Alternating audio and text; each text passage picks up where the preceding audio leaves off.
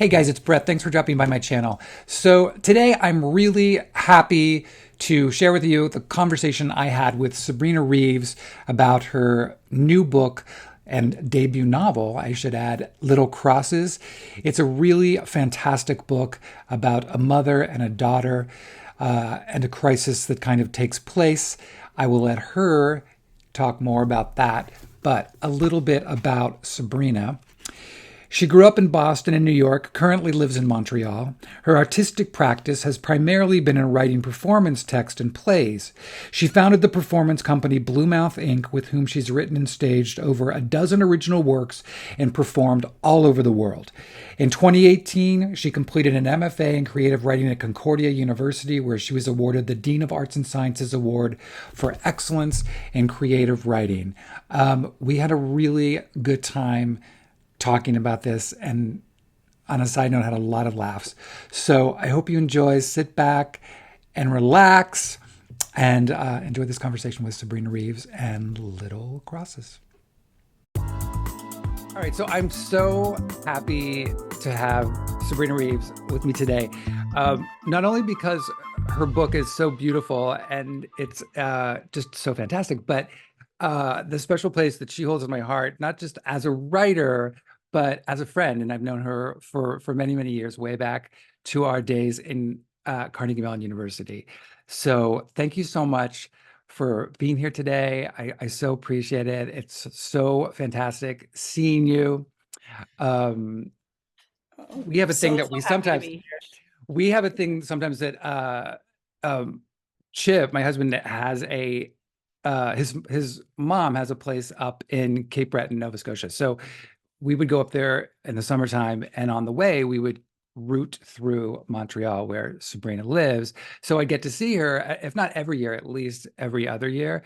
But we were talking earlier, and I said this is the first time since I haven't been back since the pandemic, because we just haven't gone. So I miss it and I want to go, despite the fact that she's talking, it gets very cold there. It's so funny because, I have to admit too that beyond Carnegie Mellon, this is not the best maybe touch point, but people are always like, so how did you end up in Canada? I'm like, well, first I was going to move to LA and I moved in with my friend Brett, and then there was an earthquake. Yeah, and a And I big one. Yeah. had a big earthquake, and I'm like, and I turned around and came home like 2 weeks later. It was so crazy. I just so like the earth is not supposed to shake like that. The house is not supposed to shake. And all your bookshelves, do you remember? Yeah. Like, No, I oh my so remember God. that because I remember we had been to a party that night that I had taken you to, and you'd only been here a few days. And I remember like we were asleep and that sound started. And I had, first of all, it was the Northridge quake. So it was a huge earthquake. It was really, really, for all intents and purposes, my first as well. And so all I remember is yelling at you, like, we're having an earthquake, get in the doorway, because, that's what you've been told. And I remember you sitting on the floor, like holding on to the doorway, and you were reduced to like a puddle. Honestly, if you hadn't said this is an earthquake, because I was like, what the fuck? Like the bed Yes. was, Yes. jumping, and we were, yeah, I was a puddle. I Yeah. I was like, my acting career, I'm gonna be in the Oscars, and like everything, like all these dreams. I'm like, I think I'm gonna go back. Yeah. So, okay, we're going to get into the book in a second, but this has brought up an interesting point because of our past, because of our history. I'm just so curious because you, obviously, when I knew we were in acting school together. And then, I know a lot of your story in terms of moving to New York. I know how you met your husband and so on and so forth.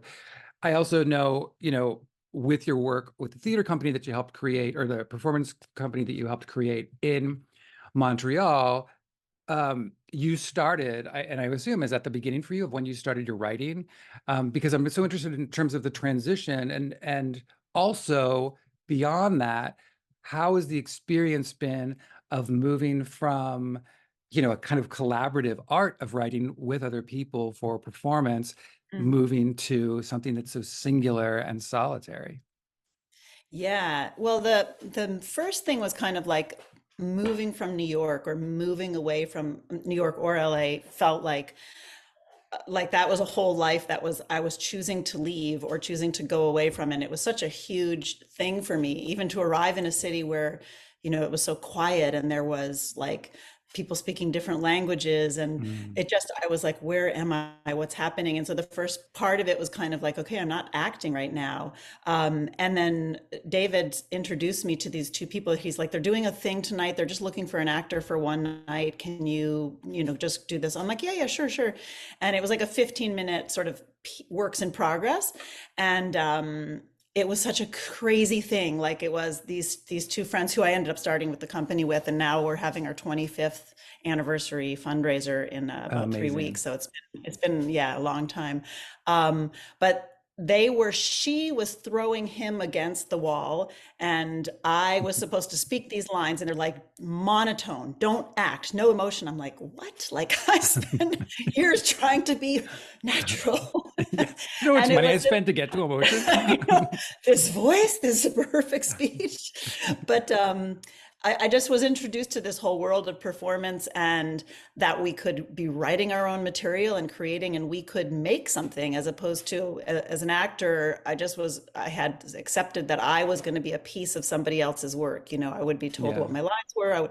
And so, yeah, that the rest was history. We started creating pieces, like half-hour pieces, hour-long pieces, and writing for those was where I began writing. And then, so it was always really personal work, a lot of times autobiographical, but it wasn't narrative like a play. So there would be Hmm. pieces you might not identify.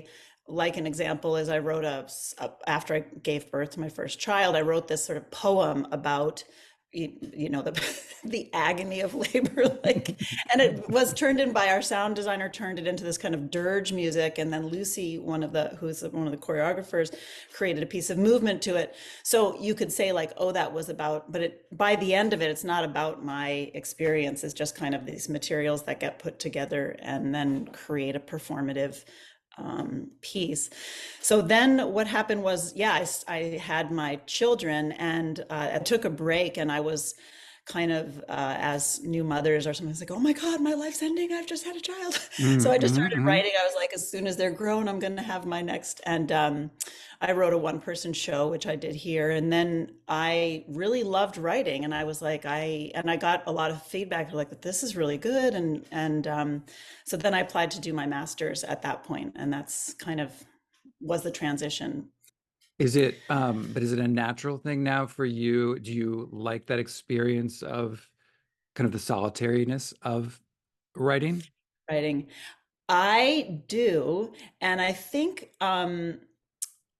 I like really find uh this kind of like, sometimes even if I go from, like, I'm in my bed and the lights are low, to a desk with lights, and I even feel that, like, a little, there's a difference. It's not like one works and one doesn't, but um the solitariness, and also place and kind of intimacy, privacy affects writing Yes. for me. But one thing that I've carried with me, that I know a lot of people who are just like writers don't, is with the company, we would have to get feedback along the way, just because it's not interactive, but you're in the same space as the audience in the work that we created. So we would always be like, at the halfway mark, okay, bring people in. I'd be like, okay, this totally doesn't work. Cut this, move this. So I'm Mm. very comfortable with getting feedback and filtering. And a lot of writers I know are like, no, I will not show anything to anybody until point X or whatever. And that's sort of true, like, to a point, but I'm a bit more open, I guess, about asking for help. Especially, it was my first novel, so I was really Sure. fortunate to have some It's great so people. interesting though, hearing even the feedback thing. It was funny because there's a writer named Morgan Tully who has his first full length uh, fiction book coming out called Fire Exit. And I had talked about it a few weeks on this uh, Right. program. And then I just talked about it yesterday because I'm reading it right now and it's great. Anyway, he commented on my one video and he said, and it was so like I just saw it this morning, but he said, thank you for shouting out my book. And if you don't like it, please review it because I love to read a negative review. And I've never seen that before. And I was just like, that's so amazing that you could be so open and be like, okay, let's see what they have to say about it, and just and kind of have that kind of feedback, because I'd be like, please don't tell me anything. I don't know that I can handle it. I can't handle it. I don't want to Yeah. hear it. Let me, Yeah. yeah. Sometimes you have to just have this like epic, embarrassing, like there's a great writer up here named Shawn Michaels. He has a book called Us Conductors and a new one, The Wagers and all these. Anyway, he gave me when in an early draft. He sat down with me like, when someone's giving you feedback and they're trying to be as nice as possible, and he's like, when the person is walking like from the car to the market and then picking something off the shelf, and then you don't have to tell us every single step they take. He's like, it's kind of like magic. You can just say they're in the car, and then you can say they're standing at the deli, and we know they got there somehow. So it's sort of like I'm a beginning prose writer, and so sometimes you have to have those really embarrassing moments to learn. I'm like, yeah, okay. And then I went back through my text. I'm like, oh my God. But it's such I feel like it's a superpower when you realize with writing, you're like, oh, I can just be here and then be here. Yeah. Um, Okay. So for our viewers out there, do you have an elevator pitch for Little Crosses? Yes, sure. So it's a woman, roughly my age, coincidentally, dealing with this immediate crisis of her mother in the end stages of alcoholism, and trying to reconcile this woman with the force of nature, charismatic powerhouse that was the woman she grew up with in her life. And it is alternate going between the past and the present. End of sentence. Yeah, no, that's great. The book, it brings up so many different ideas, so many different issues, not the least of which is this idea of um, parents. Uh, and for me, it resonated so much because I think regardless of the situation, and for this, her mom has alcoholism, is an alcoholic, sorry. Mhm. Um, but just in terms of that idea of when we as children become the parent Mm. to our own Yeah, parents, it's really, yeah, really interesting. yeah, yeah. And it's amazing how many people, when you're, whether it's alcoholism or dementia or um, anything like that, you you say, "Oh, I'm dealing with this," or like, "Oh my gosh, me too," or "Oh my," one of those kind of things where there's just so many people in that position, and there's such a, I would say, crisis of lack of elder care or proper elder care if you're not super rich, or there's like a stage in which people our age or anywhere between, I would say, after age 40 or anywhere in there, that you are often taking care of them and you're taking care of your parents in your home, or having to go find somebody to move in with them or move them to a facility. And if you don't have, $10,000 a month, you maybe are like, there's a lot of lack in that area. Yeah, I would say. No, absolutely. It's like and it's funny because Chip's mom lives with us part of the year, and Mhm. she splits her time between us and Chip's sister, who is in Nashville. She's 94 now. And as much as Mhm. she's really been like, she's defied the odds in a lot of ways, she's now finally starting, we're getting on the precipice of having memory issues. And she's very unsteady. Mhm. And so it's this moment of like, okay, what's next? Where you're kind of waiting for the shoe to drop to kind of see how things are going to be handled. And the dynamic between, and again, all of this stuff in a lot of ways plays out in your book about in terms of relationship with siblings and how are we going to handle this together, right? Yeah. Um, It's such an amazing relationship, sibling relationships. I see it even with my daughters, and there's just so much echo and so much beauty in like that. Even with you, with Maddie and Ryan, and having your kids and your parents, and seeing like, oh, one day they're going to take care of us, and like there's you hope. Yeah, We hope. yeah, exactly. We hope. I always think like Ryan will absolutely and Maddie will be like, just put them someplace. Can we just do that? Send me the bill. Yeah, exactly. Exactly. I'll FaceTime. Oh God. I remember when my mother was in a retirement community and then um she started to fall and had problems, and then it quickly it moved into dementia. And then when the lockdown happened, that kind of sent her off a cliff because everybody was isolated and no one can leave their rooms. But I always said that I thought that retirement communities are really fantastic for people who are still hardy and hale. The Yeah, moment that there is a necessity for additional help or health related issues, it is a shit show. yeah, yeah.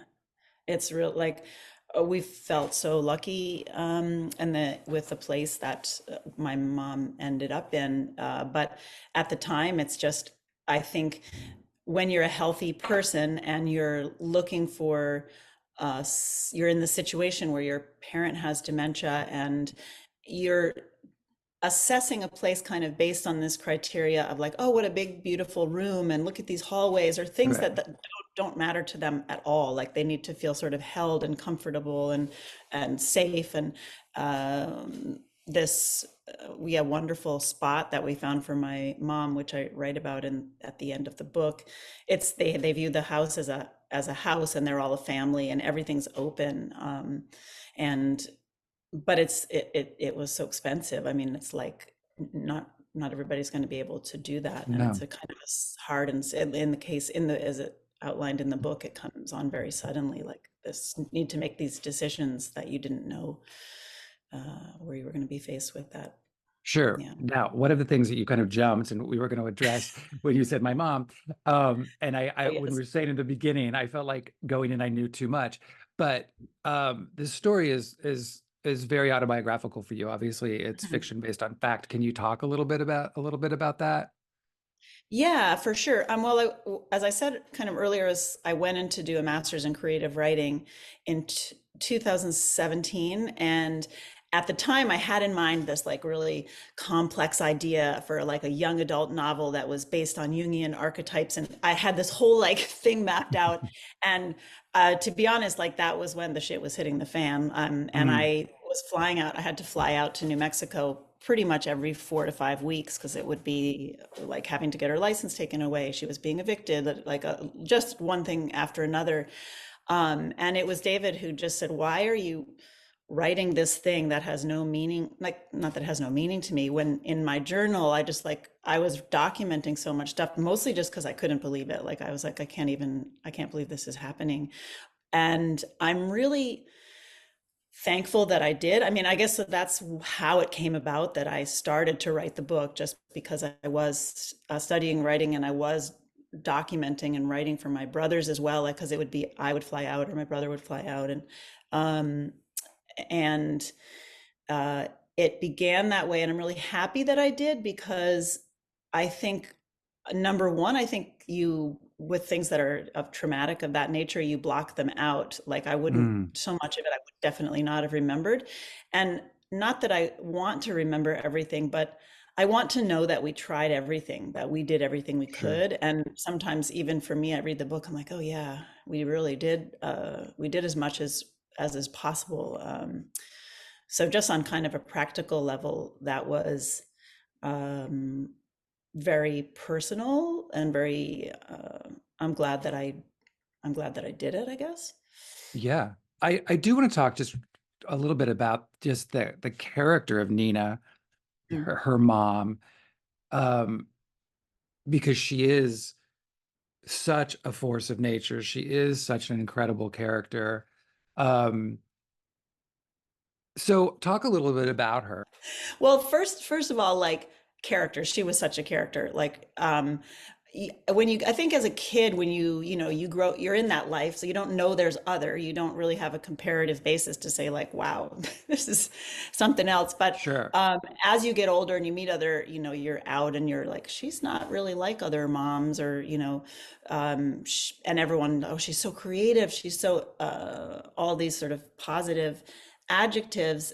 And I think one of the things I really, what fascinated me kind of like there's a personal autobiographical part of it, but also just kind of what I care about as an artist and a person, like that women, I suppose in particular, but anybody, like we have this narcissism is like a become, people are bored of that word and the sort of buzzwordness of it. And but we are in a culture where we're starting to see the like consequences of this excessive like well, narcissistic is the main thing I can think of. Like you just you care about Live out. yourself, you're moving forward, you're having your career, you're like things on the side be damned, I've got to get where I'm going.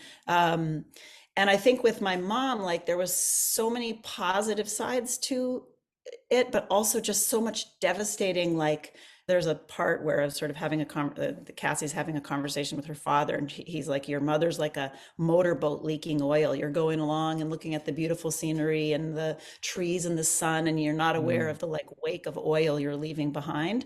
And she's a little bit like that. Like everything was so amazing, but it was at a cost, like to her and to the people who loved her. And like she was curating all the time, and you couldn't go against her curation of this reality that she was constructing. And partly, I guess what interests me is like for women um, that are kind of trying to break through glass ceilings, and there is like a not there is a kind of like you just have to plow forwardness that's necessary, or that you read about from people who made it to the forefront of their career or whatever it is, that they just had to not listen, they had to kind of just move, forward. And that some of those adjectives are the same as like I thought of with my mom, and it's not healthy, but there's something in there. There was something kind of complicated in there that I wanted to portray, both the absolute end of this train wreck and the beauty of where it started, and like how Mm. the heck Mm. um to reconcile, like how to get there without destroying things on the way. It's complex, I guess. That was really one And way I doesn't would it describe it. also, both for the characters in the book, because there's such an awareness having your own children while this is going on, and Mm, also not wanting to repeat any mistakes or behaviors.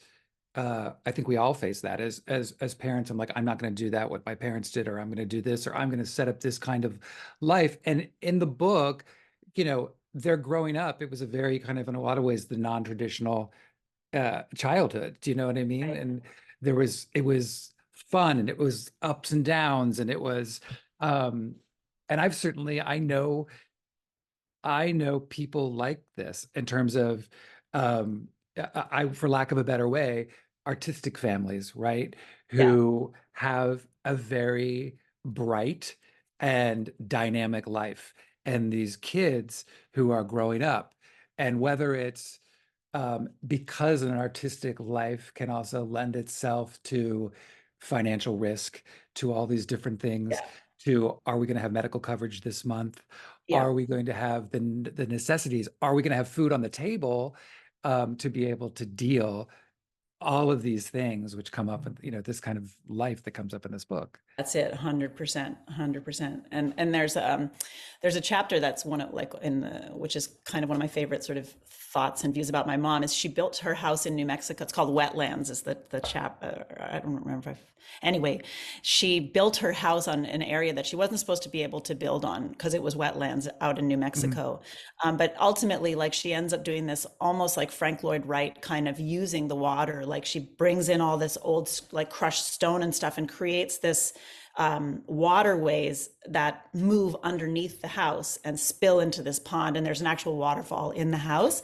And that idea, that metaphor of sort of wetlands, like as a child, you don't know where the solid ground is. You don't know, like, uh, are you just telling them that we're going to be there, or are we actually going to be there? 'Cause she was the curator, and we just had to go with what she said. But you never quite knew if it was an actual thing or if it was just the lie she was telling at that moment or the story. Like, even in the end, we went we went into the bank, and I was like, Mom, we have to have an appointment to go into the bank. She's like, No, no, we don't. Come.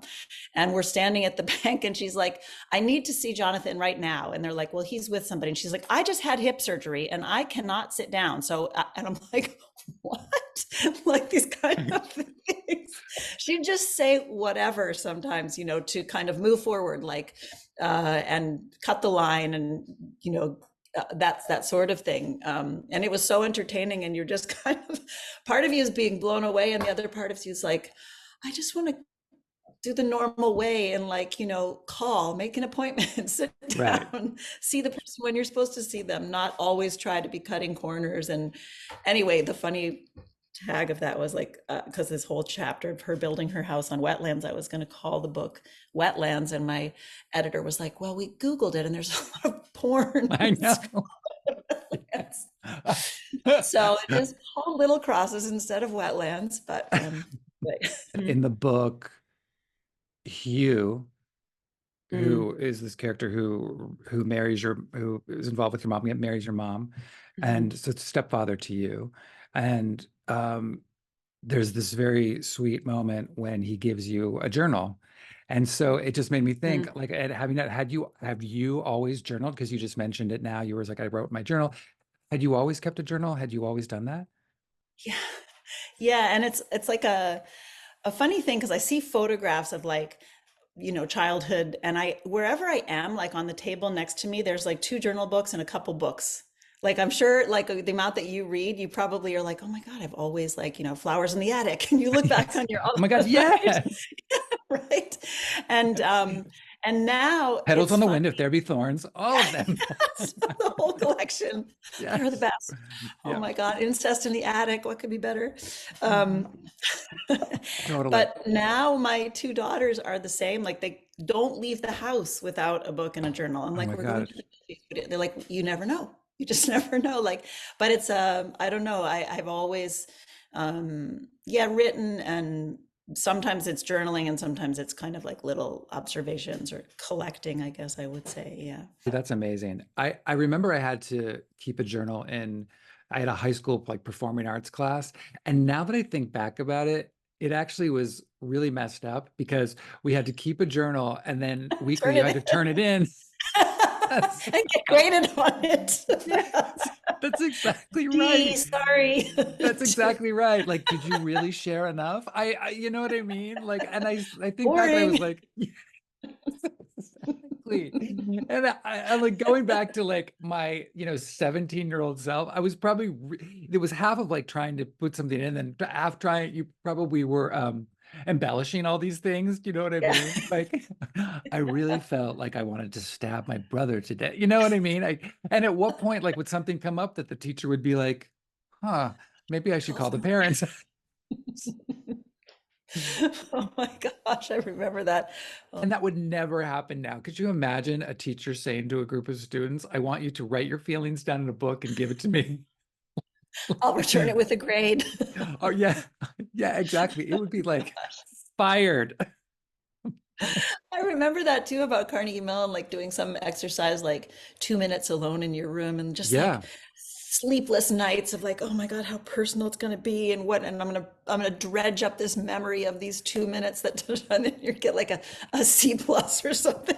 It's That's exactly right. okay. Yeah. Or remember the auto dramas we had to Oh my do? God. Oh my God. How could I ever forget the auto Yeah, dramas? That was it like was a sleepless 10, week. was it 10 minutes? It was Hmm. like 10 minutes of your life, and the prerequisites were it had to be revealing and entertaining. Yeah. And that was the other thing Oh of my like, God.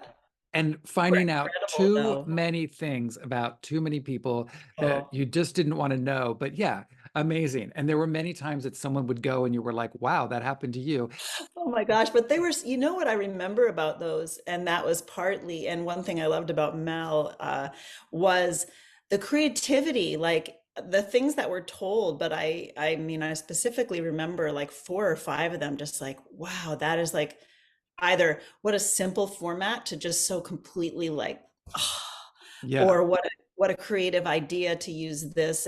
And yes, and I still like hearken back to that when I started working with the company, like, I was oh gonna say my it's God, like a I can genesis. make something. It can be anything I can think of, like, or think up, like to put together as a way to tell the story. I mean, and even with this, like in the beginning, because I was doing a master's and you kind of want to like do something crafty for different Mm, assignments. And it had started as I was taking a seminar called Pedestrian Poetics, and it was all walking literature, like literature that was not so much based in a story, but more in passing through like song lines, Bruce Chatwin, or Open City by Tehu Cole, like walking through New York. And that was kind of the connective tissue of the book. So all books like that. And so for the final paper, the seminars at Concordia were always a mix of English lit students who were doing an academic degree and creative writing mm, students, and they put that together. And so the creative writing students were always given the option to do something creative, like they had to cover the material and all that. And there was a piece we read by Guy Davenport was his name, and it was like two mountains, Mount Fujiyama, and then this other mountain in Vermont. And he was at the time, I guess, like 47. So there was 47 sections, and it just alternated back and forth between a little bit about this mountain, something that happened to him, like a kind of a story. And each little section was 12 lines long. So I did a piece kind of after that. So I did 12 lines, 12 lines, 12 lines. And I alternated between walking on this mountain to visit the grave of Hugh, the character you mentioned, and then what was happening with my mother. And like, so I kind of was trying to alternate this spacious sort of feeling of just walking in openness and unknown, and just this gritty, on the ground, hellish kind of situation, and alternating between the two. And it was that final paper.